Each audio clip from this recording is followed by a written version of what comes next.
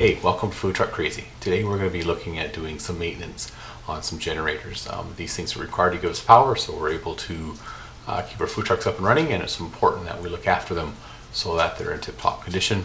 We're going to be doing both some oil changes, looking at the air filters and making sure that they're clean, and I'll walk you through those steps, and if you wait for 20 seconds, we'll jump right to it.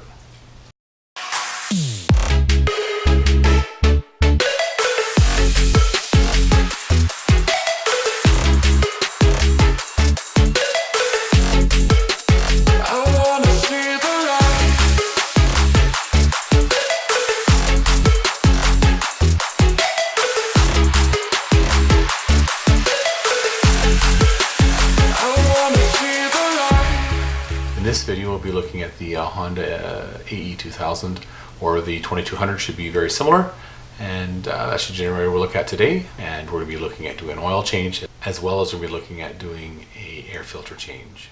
Alright, to do the oil change on the Honda EU2000i, it's almost a toolless operation. You really don't need a screwdriver, but if you have one, it'll make it easier. You can use a quarter or whatever just to be able to turn the top access panel here. Tools that you're going to need is obviously the oil.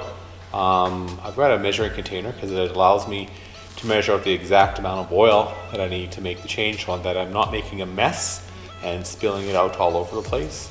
A funnel will make it easier. Some sort of a tray or a pan to drain your oil into. After you're finished changing it, you want to make sure that you put it into a proper container for proper disposal.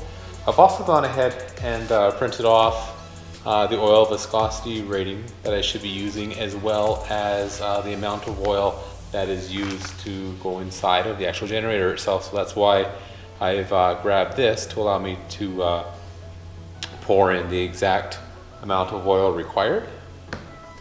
This is optional. I did buy a kind of like almost like a little funnel as well. It extends, I'll show you inside once you're in there, to help make it a little less messy, and also helps with filling. Again, it's not necessary, but I did grab it.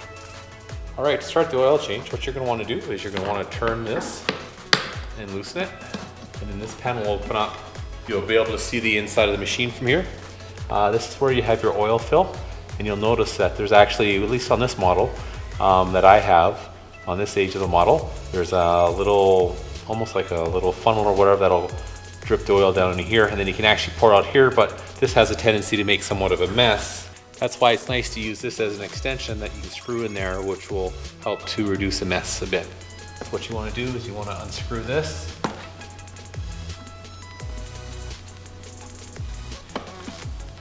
Now I've used a tin tray in the past, I've used a cup. There's really not a lot of oil in here.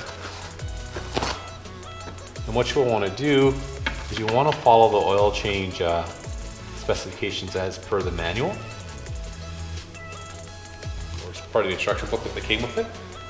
And all I'm going to do is I take this and pour it over.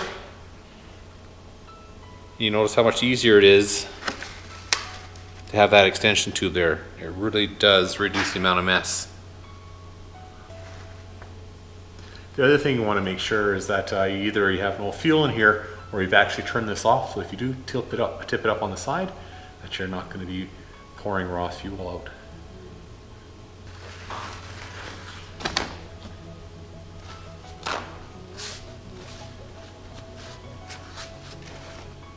And there you go, there's the oil. Definitely needs a change.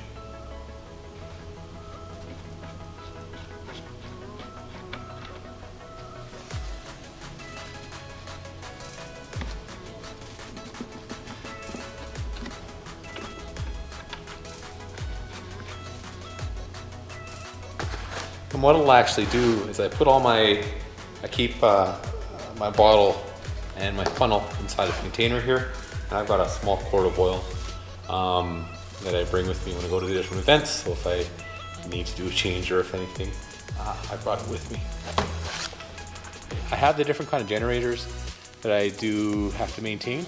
And on here it's telling me to use 10W30 oil, and it's good to over 40 degrees Celsius or 100 degrees Fahrenheit. And good to down to -5 or -20 degrees Celsius. And so I'll be using the 10W30. I am going to be using a synthetic oil for this. I can use again, any sufficiently rated SAE oil will work in here. In this case, I'm using a synthetic Castrol Edge. I use 400 milliliters of oil. And so on the back here, 400 milliliters, which for my American friends works out to probably about 12 or 14 ounces of oil. I just pour it into here, 400 mils.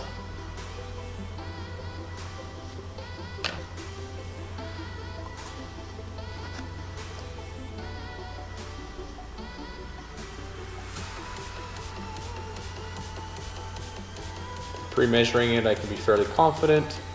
I'm not going to overfill it, going to make a mess. I put in the right amount.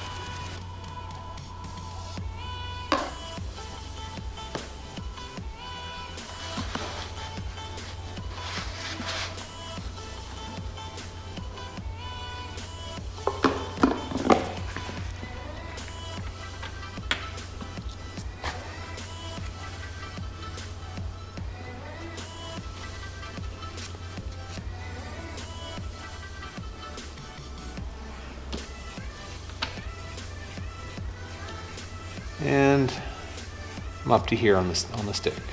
Since we're this far, we might as well check the air filter.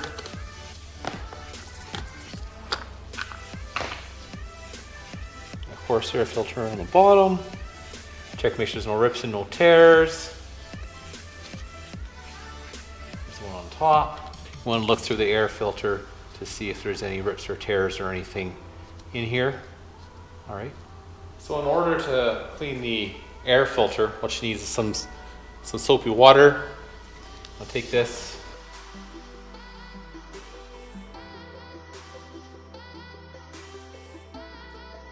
You can either squeeze it out and put it outside to dry. Just want to be careful it doesn't blow away. You can take an air hose to it, blow it dry. That's what I'm going to do.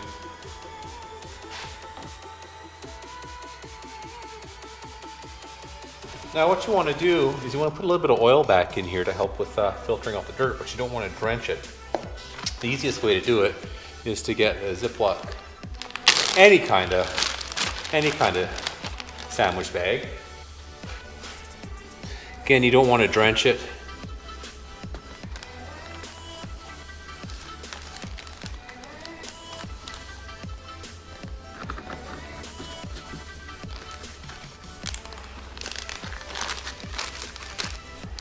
Now you don't have to use a bag, but it helps with the mess. And just squeeze oil through it.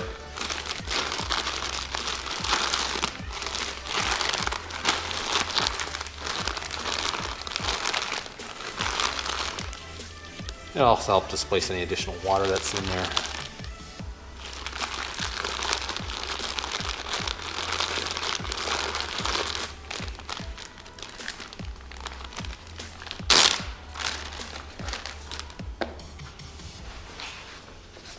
Take a paper towel, just make sure it's not drenched, right?